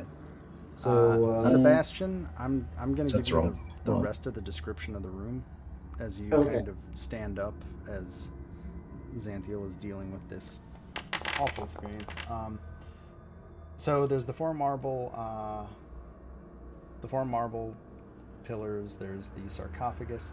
The stairwells on the end, or the stairways on the end, lead up to a upper gallery where a carving in the form of a giant maze adorns the wall. So that's, you can just barely see it at the edge of your vision there, kind of right up there. Sorry, cameraman just poked at that. That is a almost 15-foot wide giant maze carving mounted on the wall. Huh.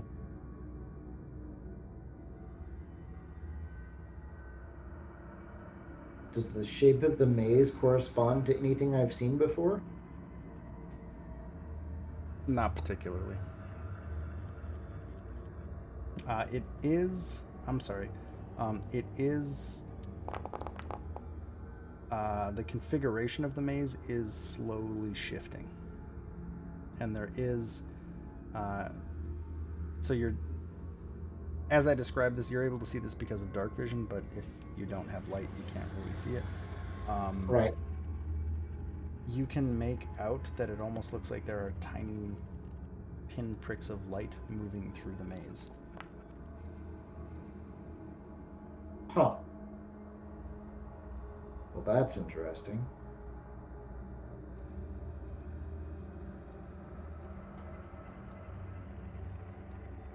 Oh dear.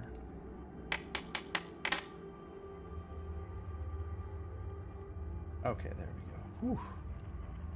I thought Foundry locked up on me for a second there.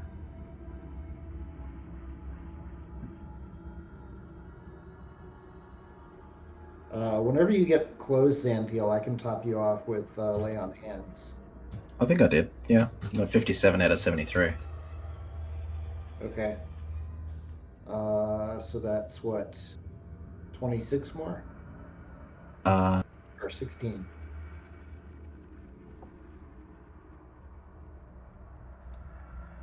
it's 16, yep. Yeah, I'll hit you with 16 from Lay on Hands. Thank you. You want to play a fun what if? What's Sure. that? Had I rolled the damage, it would have been that. Oh, jeez. Every time the dice That's roll, functionally just as bad anyway, so. That's weird. I have to like keep switching screens after dice are rolled. That's a weird bug. What, otherwise does it lock up or something? Yeah, if anybody rolls dice, my screen locks up and I have to switch to a different floor of the dungeon, and then when I switch back I can move. That's weird and not good. So I'm gonna let me because that might explain other things.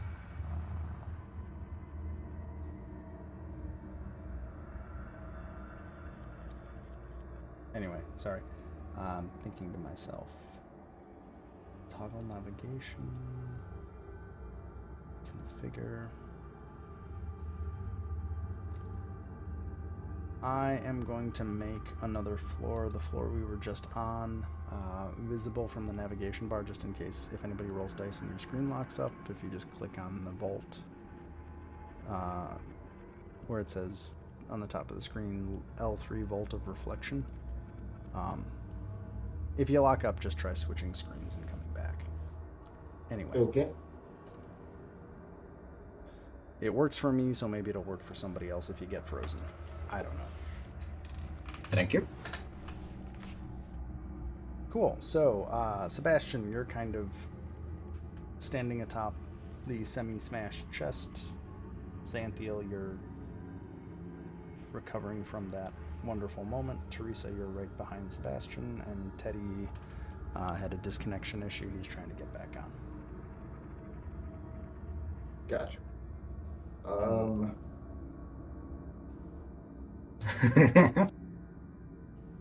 Sure. All cleaned up. Use the same spell on the other one. Sorry. Actually, let me assist, because I do actually have prestidigitation. There you go. Ah. I am suddenly glad that my means of motivation are not based on touching the ground. Fair. Yes. Now I'm motivated. Well. Wait, so you said you had a rope or something like that, and you were gonna like... Yeah,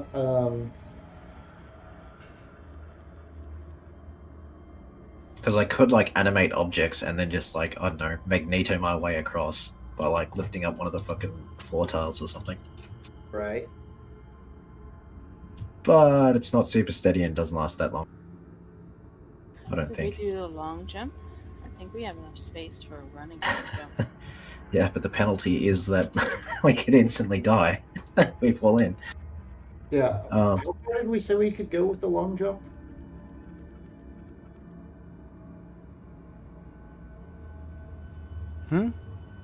How far can we go with a long jump? I forget.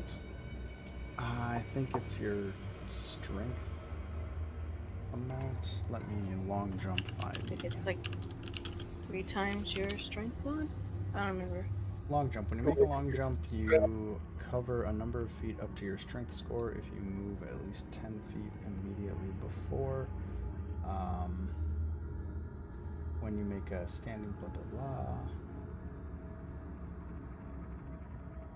If you move at least 10 feet, you can move up to your... You can long jump up to your strength score. So, yeah. Funnily enough, I do have water walk, so whatever fucking good that'd do. So we could just walk on the acid instead of fucking fall in. I mean, technically, acid is acid, not water. No, I don't Well, care. liquids, it says. So. Levitates I, would probably also work. if you want to use water walk, I'm not going to quibble about that. Yeah. Sweet. But yeah, I'll just long jump it.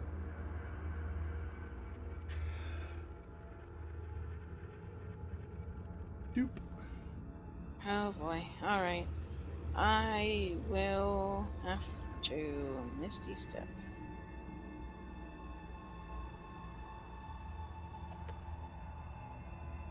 There's the other 2 pillars.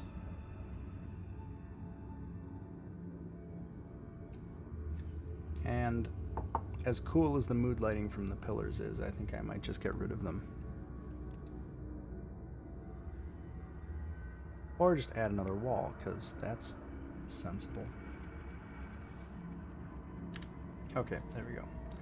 Just so that we don't run into issues if people want to move through where pillars are, and then everybody's like, I can't move. Right. So I want to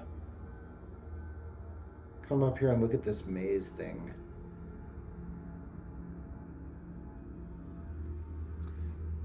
Yeah, give me 1 second. Is anybody possessed by Aijin or Kubazan right now? I don't. I am. I think I got one go at the monkey dude.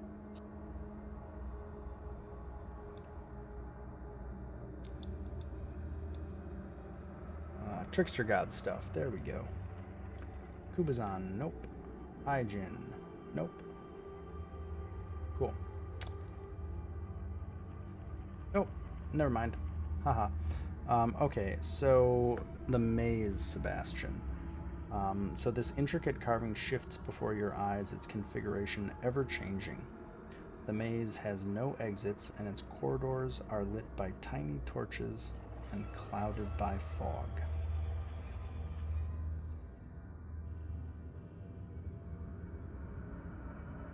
Huh.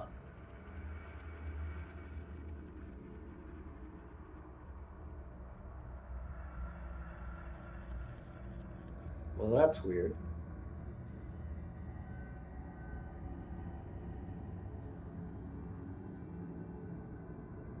I examined the sarcophagus. So the sarcophagus. Doop doop doop doop doop. So there's a tiny keyhole carved into its lid. It's made out of crystal, and every 6 seconds it shifts through the following repeating color pattern. So, like, the color of the crystal itself changes. It goes blue, gold, purple, green, red, and then black.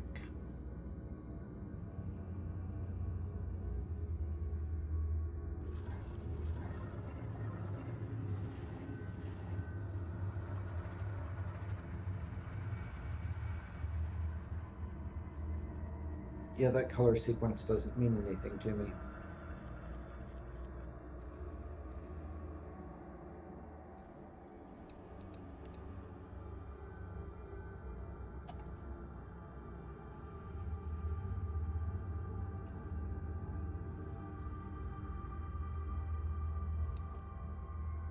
And I don't have any keys to attempt on the keyhole.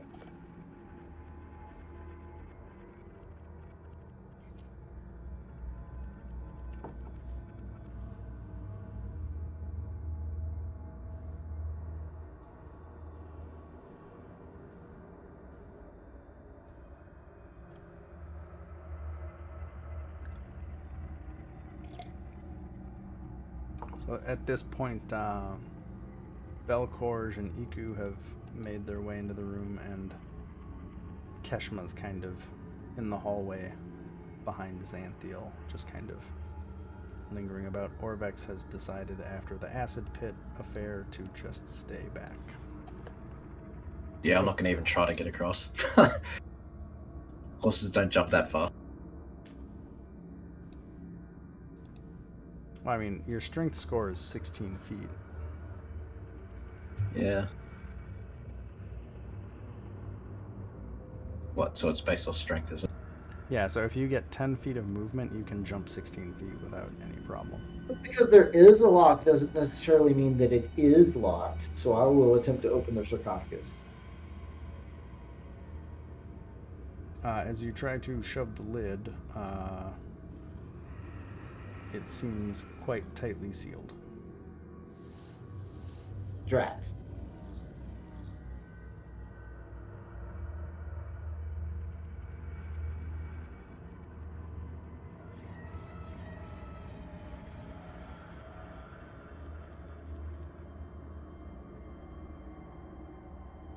If I look at the maze and look at their sarcophagus, does there seem to be any synchronicity between the way that they're shifting? No. So the maze is just kind of constantly fluidly shifting. The sarcophagus every 6 seconds. It's kind of like somebody,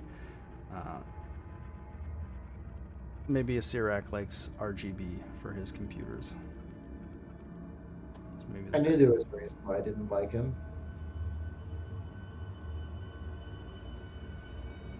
But he doesn't do a rainbow blend. Oh no, he just does the straight up like red. blue, green.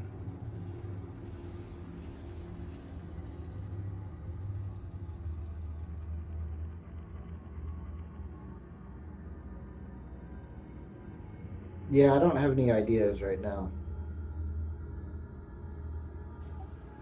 Mine, I'm gonna light a torch.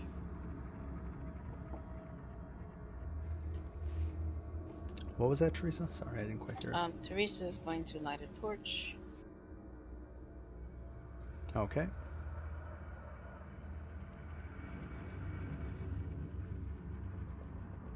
I think you should have a torch in effect right now.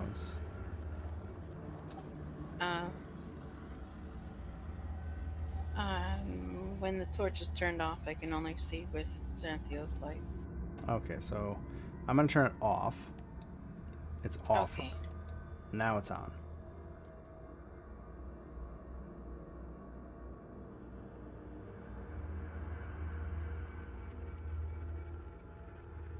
I could just enchant a piece for your gear so that it's permanently like on fire. Well, visibly on fire, not actually. Well, we'll hold off on that. Yeah, admittedly it's not great for sneaking, but yeah.